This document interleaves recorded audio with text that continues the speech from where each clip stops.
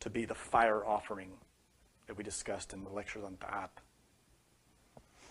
Unfortunately, when that energy becomes very charged in the sexual organs and in the vital and astral bodies, humanity a long time ago was tempted to go further, to see how far they could take it, to have children on their own without the guidance of the Elohim. What happens then is that these energy transformers, the chakras and the sexual organs, short circuit. You see, a conductor only has a limited capacity. Any conductor of energy is like a channel or a tube through which energy can move. When you put too much energy there, you short circuit it. You create a loop, or you create a misdirection of the energy, and that circuit overloads, and that energy escapes into other areas. This is what the orgasm is. It's an overcharge of energy. And that overcharge spills out of the sexual organs, out of the chakras, and into the surrounding ganglia, into the nadis. That's what we feel as an orgasm. And we think it's pleasurable because the root energy is.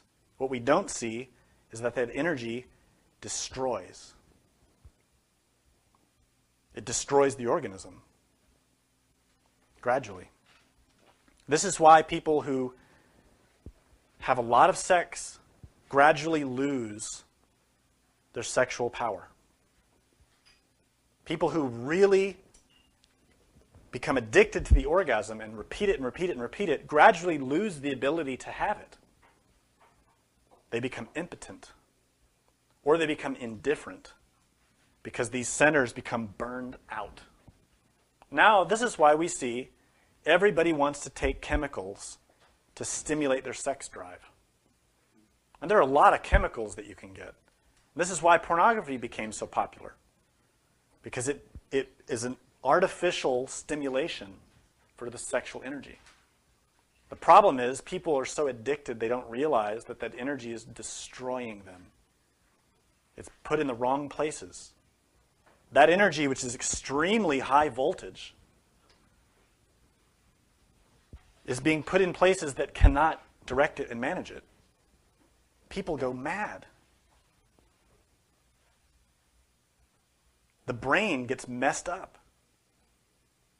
The nervous system gets messed up. This is why people who are addicted to masturbation and sex develop all kinds of mental and emotional problems. Many of them end up in sanitariums. We don't talk about this on the news. As you look into it, you'll discover. Anyone who's worked in a mental hospital will tell you most of the people there are addicted to masturbation. The majority. Why? Because of desire run amok. Because as that energy destroys and destroys and destroys, it takes more and more energy to feel anything. People become desensitized, so they seek greater and greater forms of stimulation. In other words, more and more extreme sexual practices. Little by little. Lifetime to lifetime, gradually. Subsequently, the mind degenerates. The heart degenerates. The person becomes more and more of an animal. You can look around in the world and you'll see the evidence of this. Thus, the serpent is condemned to walk on the belly. Worse, God says, and you shall eat dust all the days of your life. What is this dust? This dust is the dust that Adam comes from. Remember, Adam is taken from the dust and will return to the dust. We've talked about the dust in other lectures as well. This dust not only relates to the Adamah, the ground, the body, it is also the archetypes of the soul. You see, the serpent is condemned. It cannot perceive the superior worlds, but it consumes the potential to realize them. This is a subtle Kabbalistic phrase that basically says the sexual energy, when polarized negatively, traps the consciousness in hell. The archetypes that we should be using to create the soul are trapped inside the ego.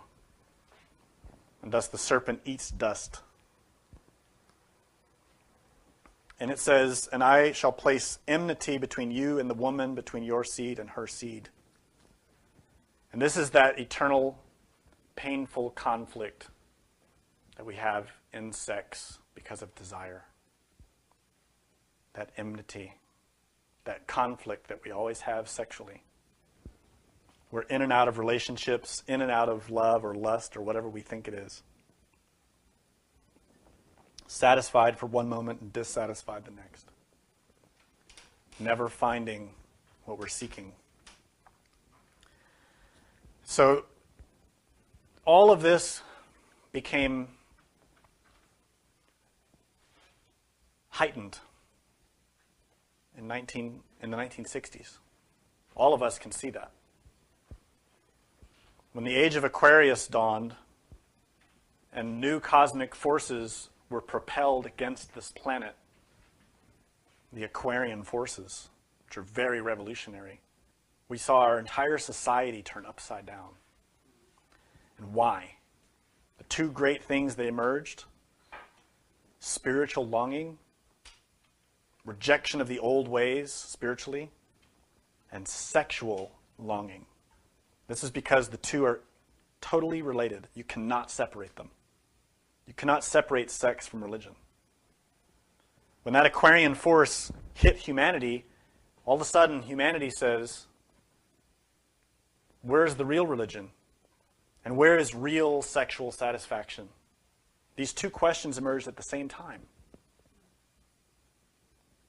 That's because of the force of Aquarius, which is pushing humanity to begin a new era.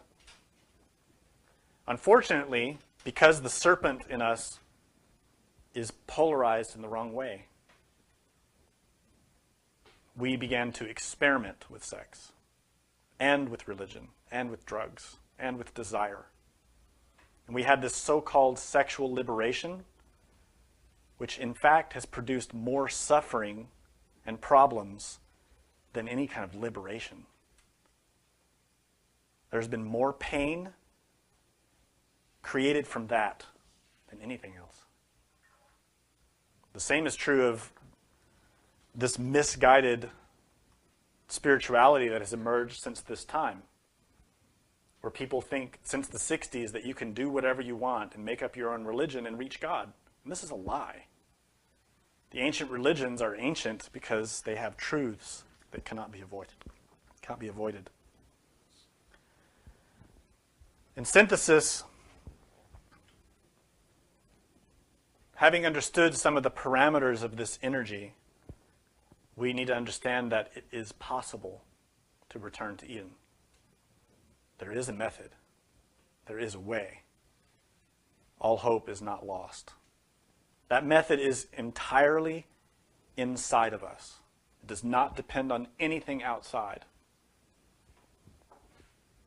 It is psychological, it is spiritual. And to do it requires that we return to respecting the law. Do not fornicate. Do not eat the fruit of the tree of knowledge. We have to learn to utilize those forces with respect. And that way invoke the Divine Mother to be present and guide us. Whether we're a single person or married, this is our work. The single person can utilize all the spiritual practices: prayer, meditation, pranayama, runes, many techniques. But if they don't do the psychological part, they will either gain nothing or just more suffering. We have to prepare an environment for the Divine Mother to inhabit. And that environment is inside of us psychologically. This is why in the Bible Jesus said, "Behold, I send you forth as sheep in the midst of wolves. Be ye therefore wise as serpents and harmless as doves." Both the serpent and the dove are symbols of the Holy Spirit. To be as wise as a serpent is to have this wisdom or knowledge of the polarity of Kundalini and to know how to use it. To be as harmless as a dove is to respect the law, to follow the guidance of God, not our own selfish will. Jesus also said we have to raise the serpent on a staff as Moses did. We do that by following the law.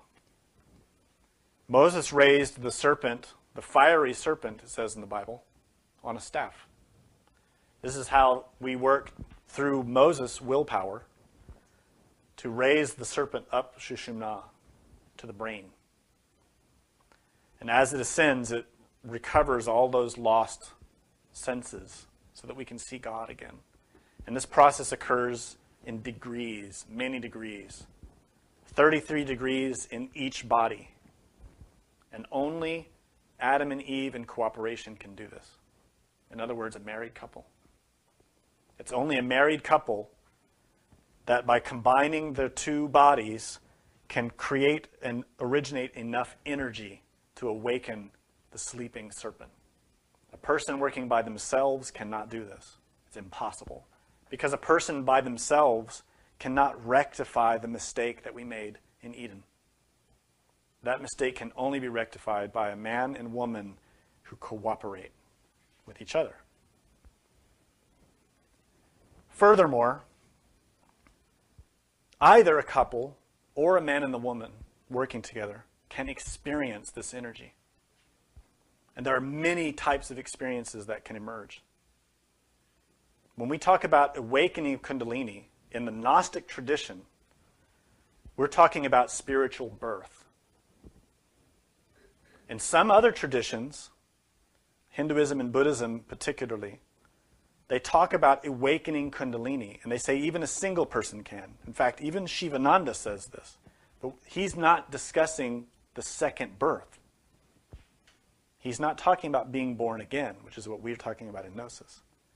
When Shivananda or Naropa or Marpa or any of these teachers who talked about using Dhumo or Kundalini and awakening that, they're talking about lighting a candle or lighting a match.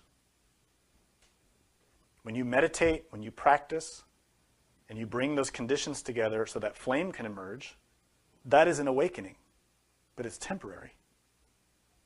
It will be there if there's fuel and conditions. And that's how you can have experiences in meditation. You can have comprehension, intuition, insight, experiences out of your body. All of these things are produced by that.